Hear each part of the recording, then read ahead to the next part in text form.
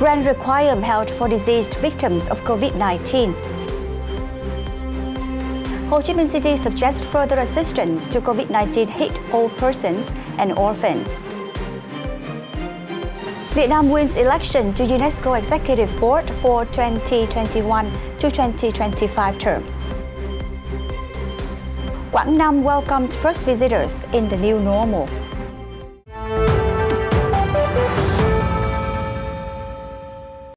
Hello, this is FBNC News. Now, the Executive Council of the Vietnam Buddhist Sangha VBS chapter in Ho Chi Minh City on November 18 held a requiem for Vietnamese who died of the COVID-19 in order to show gratitude to the frontline forces in the fight against the pandemic and help ease the pain of the victims' relatives and families.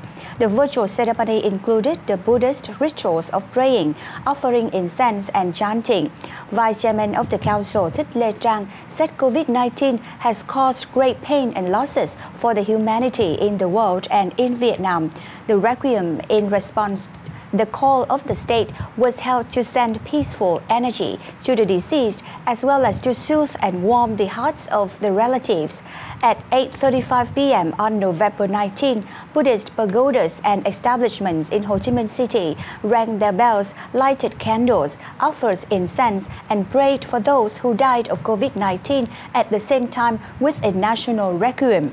More than 23,000 people in Vietnam, including over 17,000 in the Ho Chi Minh City, had died due to the pandemic by November 15. The Ho Chi Minh City Department of Labor, Invalids and Social Affairs on November 16 sent a document to the Municipal People's Committee suggesting more assistance for lonely older people and orphans affected by COVID-19 in the city. Accordingly, they will receive health insurance cards, travel pass cards used on public transport means, and entrance tickets to entertainment and cultural areas, sport clubs, and other paid services free of charge. The poor and lonely old persons aged above 60 are expected to receive 1 million Vietnam dong each per month, while those aged above 80 are eligible for 800,000 Vietnam dong each monthly till the end of their life. Children who become orphans caused by the pandemic will be allowed to pursue study till high school level for free. Orphans aged under 4 will receive 1 million Vietnam dong each per month, while those aged above 4 will obtain 800,000 Vietnam dong till they reach 18. Statistics from the department show that among 1,413 orphans aged under 18 caused by the pandemic, 66 lost both parents and 19 newborns lost their moms. Over 400 senior citizens lost their children or caregivers to the pandemic.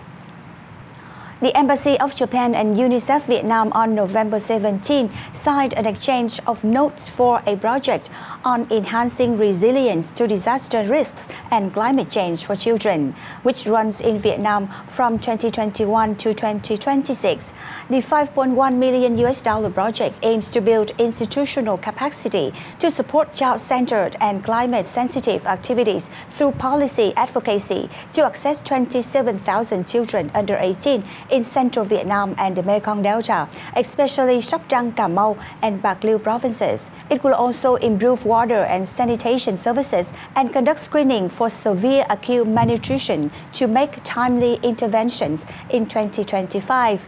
Vietnam is facing climate change-related disasters like drought and saltwater intrusion in the Mekong Delta, as well as historic floods and landslides in central Vietnam last year. Many communities already hit by natural disasters are suffering adverse impacts from the COVID-19 pandemic. And the project will address vulnerable issues in multiple areas, namely clean water, sanitation, nutrition, education, and children's protection. Additionally, the project does not only consider children as a vulnerable group, but also an agent of change for a green, clean, and safe community. According to the UNICEF Children's Climate Risk Index 2021, Vietnamese children are at the highest risk of being affected by climate change.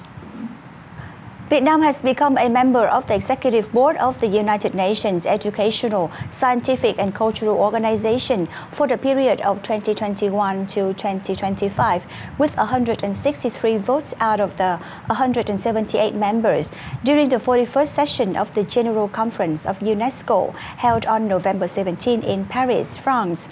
This is the fifth time Vietnam has been elected to be a member of the UNESCO Executive Board. Vietnam's membership in the UNESCO Executive Board offers good opportunities for Vietnam to show dual responsibility in protecting national interests, capitalizing on UNESCO's ideas and initiatives to serve the national construction and development in the sustainable, concerted and comprehensive manner. At the same time, Vietnam will have chances to contribute to international issues that UNESCO is paying attention to. The Executive Board consists of 58 member states with a 4-year term of office. It ensures the overall management of UNESCO and prepares the work of the General Conference and sees that its decisions are properly carried out. Vietnam remains the 6th leading country of origin for all international higher education students in the United States, with more than 21,000 students studying at American institutions in the academic year of 2020 to 2021, the Vietnam government portal VGP reported. Of the above figure, 70.6% were undergraduates, 15.6% were graduate-level students, 12.1% enrolled in optional practical training, and the remaining 1.6% was pursuing non-degree programs. Among community college enrollment, Vietnamese students continue to constitute the second largest group of foreign students, accounting for almost 11% of all international enrollments. Vietnamese students continue to demonstrate a strong interest in science, technology, engineering, and math and business management studies. The percentages of Vietnamese students pursuing STEM and business management majors are 46% and 26.9% respectively. The U.S. remains the top destination for international students, welcoming over 914,000 international students from over 200 places of origin in the academic year of 2020-2021. Moving on to economic news, Vietnamese author Vinfast plans to list on the U.S. stock market within the next couple of years, according to its chief executive, joining a growing list of electric vehicle startups taking advantages of investor excitement to raise money. Vinfast, established in 2017 as part of Vingroup joint stock company, the largest conglomerate in Vietnam, also plans to start producing electric cars in the United States in the second half of 2024. Global Chief Executive Michael Longchamp said in an interview on Wednesday. Of course, we work through different options, but yes, we will also go after an IPO in the United States in the next 1 or 2 years, said the former Volkswagen and Opel executive who was named to his position at Vinfast in July. Vinfast unveiled 2 electric sport utility vehicles, VFE35 and VFE36, at the Los Angeles Auto Show on Wednesday. It will begin taking pre-orders in the United States market for the electric SUVs in spring 2022 and expects to begin delivering them in the 4th quarter of that year. A group of 30 international visitors from the U.S. and the Republic of Korea and Canada arrived in Quang Nam on November 17th, becoming first tourists to visit the central province after it has been selected as one of localities piloting to welcome foreign visitors in the new normal. Upon their arrival in Hoi An, all the visitors tested for COVID-19. After having test results showing negative for SARS-CoV-2, they have registered travel programs as scheduled. During their 7-day stay in Quang Nam, the visitors will visit Hoi An Ancient Town and Mỹ Sơn World Cultural Heritage Site.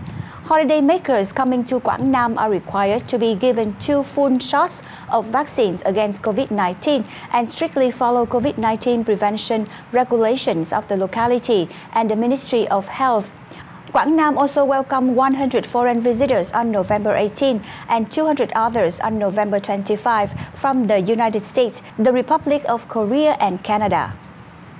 The 26-minute documentary The Eternal Springtime by Vietnamese director Việt Vũ has met the criteria for the 2022 Academy Awards nominations for Best Documentary. The film has freshly won the Grand Prix Documentary Short at the 66th Court International Film Festival. Winners of the film festival's Grand Prix documentary short categories immediately qualify for the long list of the Academy Awards for animated short film, live action short film, and documentary short categories. Before the nomination, The Eternal Springtime was premiered at the International Film Festival Rotterdam and participated in many film festivals in Ukraine, China, and Azerbaijan. Việt Vũ is the only Vietnamese filmmaker selected for the inaugural Seed Lab, operated by the non-profit Southeast Asia Fiction Film Lab. Now that has come to an end of FBNC News this week. Thank you for joining us. We look forward to seeing you next time. Goodbye.